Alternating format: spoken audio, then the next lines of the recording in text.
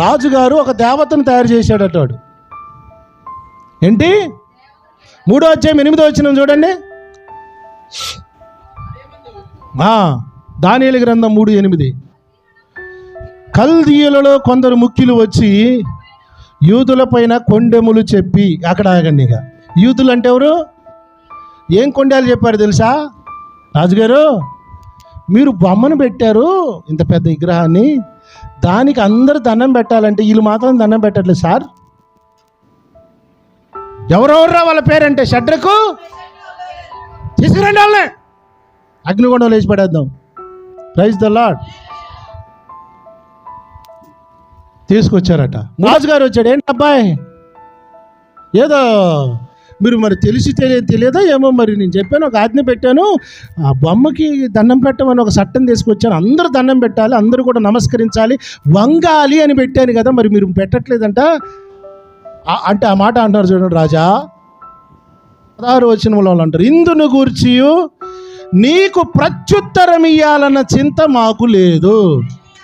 నీ చట్టాలు, నీ నీ నీ ఆచారాలు మేము ఆచరించాలని నువ్వు చెప్తున్నావే, దీనికి నీకు ఆన్సర్ ఇవ్వాల్సిన అవసరం కూడా మాకు లేదు. పో, ప్రైజ్ ది లార్డ్ చెప్పు. మనమైతే రాజుగారు నేను మొన్న మా అమ్మాయి ఇలా పెళ్ళికి పోయినా, ఇవాళైతే పోతానులే రాజుగారు. దొంగ సాక్ష్యాలు.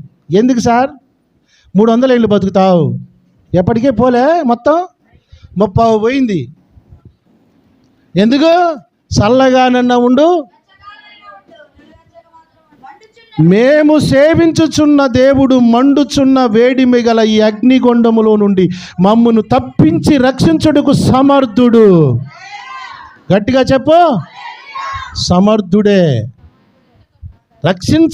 రక్షించుటకు, ఒకవేళ రక్షించకపోయినా, అది కథ అక్కడ మెలకబడ్డది వ్యవహారం అంతా.